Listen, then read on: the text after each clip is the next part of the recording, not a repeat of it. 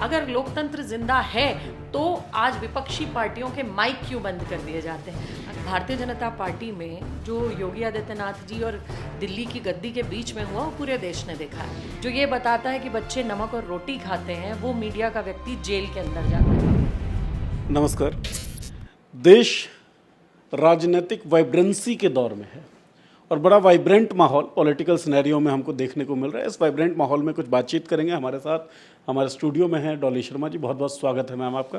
कांग्रेस की प्रवक्ता हैं, इनसे बातचीत करेंगे। इस वाइब्रेंट माहौल में एक जो टर्म आता है मैम, इंडिविजुअलिज्म, व्यक्तिवाद, बहुत बुरा है राजनीति के लिए। तमाम लोगों ने इस बात को कहा है।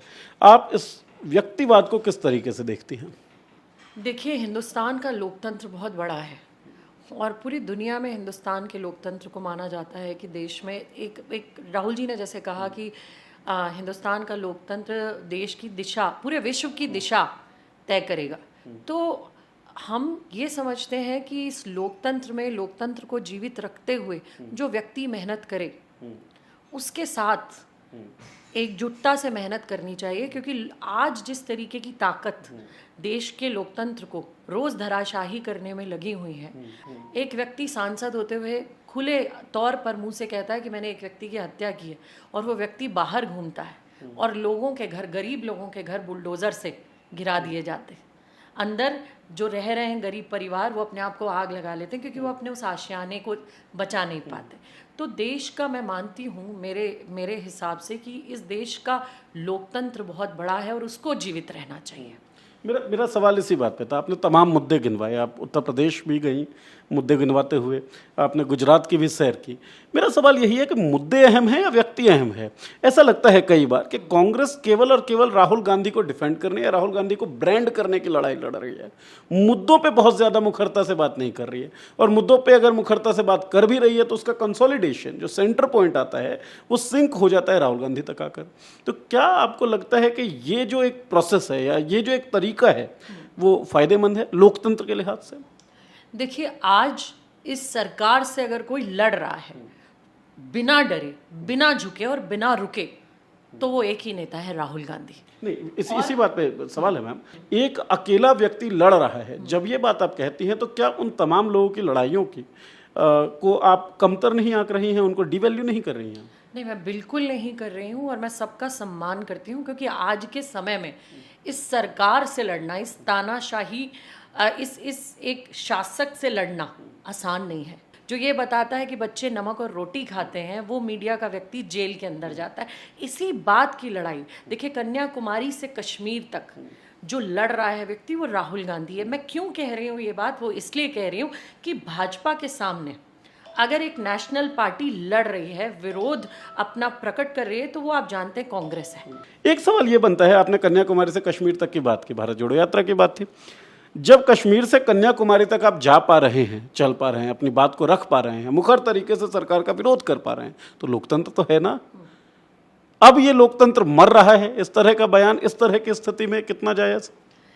देखिए, इसका साफ और सीधे तौर पे एक मैंने आपको तमाम उदाहरण दिए, जिसमें आप बताइए, अगर लोकतंत्र है तो ये बताने वाला पत्रकार जो कि बच्चे नमक रोटी खा रहे हैं, वो जेल के अंदर कैसे जा रहा है? वो पत्रकार जो कह रहा है कि गंगा में लाशें तैर रही हैं और ऑक्सीजन के कारण लोग मर रहे हैं, ना मिलने के कारण लोग मर रहे हैं, तो वो जेल के अंदर क्यों जा रहा है? अगर लोकतंत्र जिंदा है तो राहुल गांधी जी को संसद के अंदर बोलने क्यों नहीं दिया जा रहा?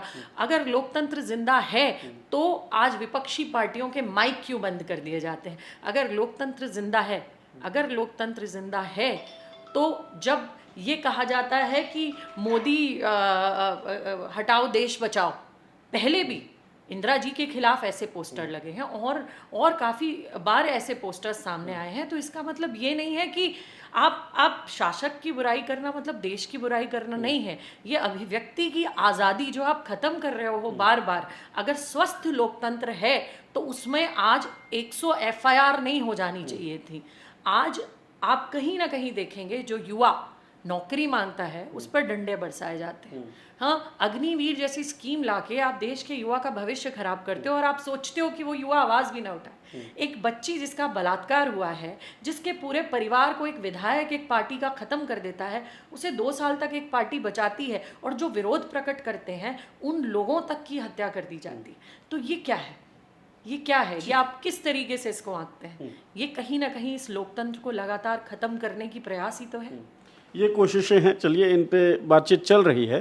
साथ में चुनावों का भी साल है, ये चुनाव पे भी मुझे लगता है थोड़ी बहुत बातचीत कर लेनी चाहिए। राजस्थान, मध्य प्रदेश, बड़ा राजस्थान में सरकार चला रहे हैं, मध्य प्रदेश में सरकार चला रहे थे, स्थितियां बिगड़ी, अब सरकार में है नहीं।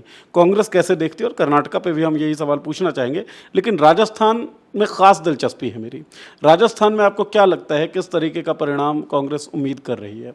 देखिए, राजस्थान में हम 100% सरकार रिपीट करेंगे, क्योंकि जहां पूरे देश में 1200 रुपए का सिलेंडर मिल रहा है, हमारे मुख्यमंत्री जी आज राजस्थान की जनता को 500 रुपए में सिलेंडर राजस्थान में आप सरकार तो रिपीट करेंगी, जीतेगा कौन, अशोक गहलोत या सचिन पायलट? देखिए, ये पार्टी का निर्णय रहेगा, लेकिन जो काम अशोक गहलोत जी ने किए हैं मैं उनको आपके सामने गिना सकती हूँ, वो आम जनता के लिए।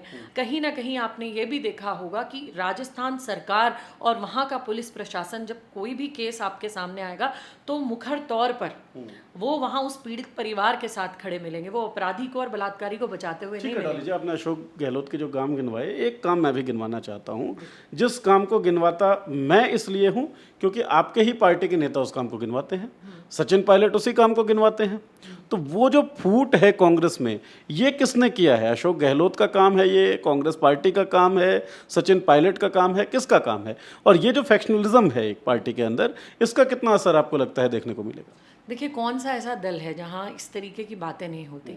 भारतीय जनता पार्टी में जो योगी आदित्यनाथ जी और दिल्ली की गद्दी के बीच में हुआ, वो पूरे देश ने देखा है। लेकिन फिर भी बीजेपी कंसोलिडेटेड रूप से अच्छा चुनाव तो लड़ी। लेकिन क्या कांग्रेस नहीं लड़ी राजस्थान में? हम लगातार अच्छा बेहतरीन प्रदर्शन हमने किया, सत्ता में है, सरकार में है, लगातार जनता के लिए काम कर रहे हैं। तो राजस्थान में हमारी सरकार ने भी तो यही किया। कर्नाटका के बारे में एक सवाल आपसे ज़रूर पूछना चाहेंगे, क्योंकि जितने भी अभी राय बन रही हैं और आम राय जो टीवी पे भी फ्लोट कर रही हैं, उनका ये मानना है कि भाई कर्नाटका में कोई अच्छा परफॉर्मेंस शायद कांग्रेस करे। आप प्रभारी रही हैं उस राज्य की, आपको क्या लगता है किस तरह से अभी किस पेस पे चल रहा है आप लोगों का इलेक्शन कैंपेन कर्नाटका में?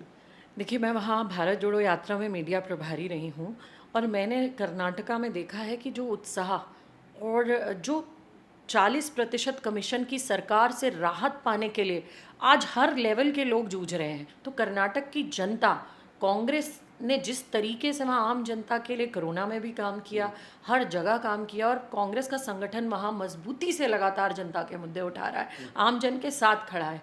तो कांग्रेस की सरकार कर्नाटक में बननी तय है। कांग्रेस की सरकार कर्नाटक में बननी तय है। इस आलोक में इस बात पर आप क्या कहेंगे कि गुजरात के चुनाव हुए, उसमें परफॉर्मेंस बहुत खराब रही। सरकार गुजरात में 25-27 सालों से एक ही पार्टी की सरकार है। एंटी इनकम्बेंसी जिसकी हम बात कर रहे हैं वो देखने को नहीं मिला। तमाम कोरोना काल की जो खबरें थी वो उस सरकार के, उस पार्टी के खिलाफ थी। लेकिन कांग्रेस का प्रदर्शन उस स्तर पर नहीं दिखा जैसा आप कर्नाटका के लिए उम्मीद जता रही हैं। तो गुजरात कर्नाटका में रिपीट हो जाए, आप ऐसा क्यों नहीं मानती हैं?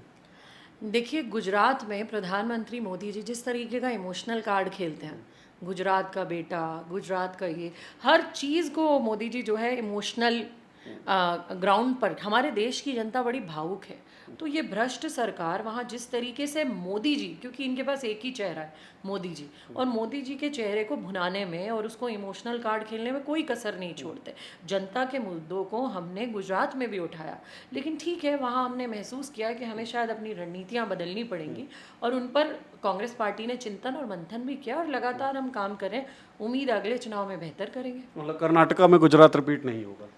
बिल्कुल नहीं होगा, क्योंकि वहाँ भाजपा के बहुत सारे नेता और विधायक कांग्रेस में आने वाले हैं। भाजपा के बहुत ज्यादा विधायक कांग्रेस में आने वाले हैं? बिल्कुल। ये कैसे?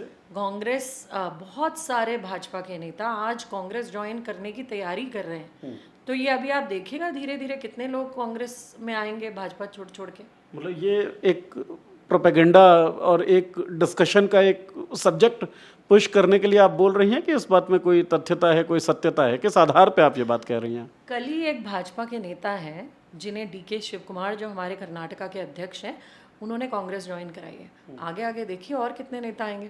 चलिए, तो कर्नाटका चुनाव को लेकर बहुत ज़्यादा उम्मीद है कांग्रेस को, और बहुत एक बड़ी हेडलाइंस हमें दे रही हैं डॉली शर्मा कि भाजपा के बहुत सारे नेता जो हैं वो कांग्रेस ज्वाइन करने वाले हैं। कल डी के शिव कुमार ने करवाया भी है। बहरहाल बहुत बहुत शुक्रिया मैम हमसे बातचीत करने के लिए। आप देखते रहें पॉलिटिक्स।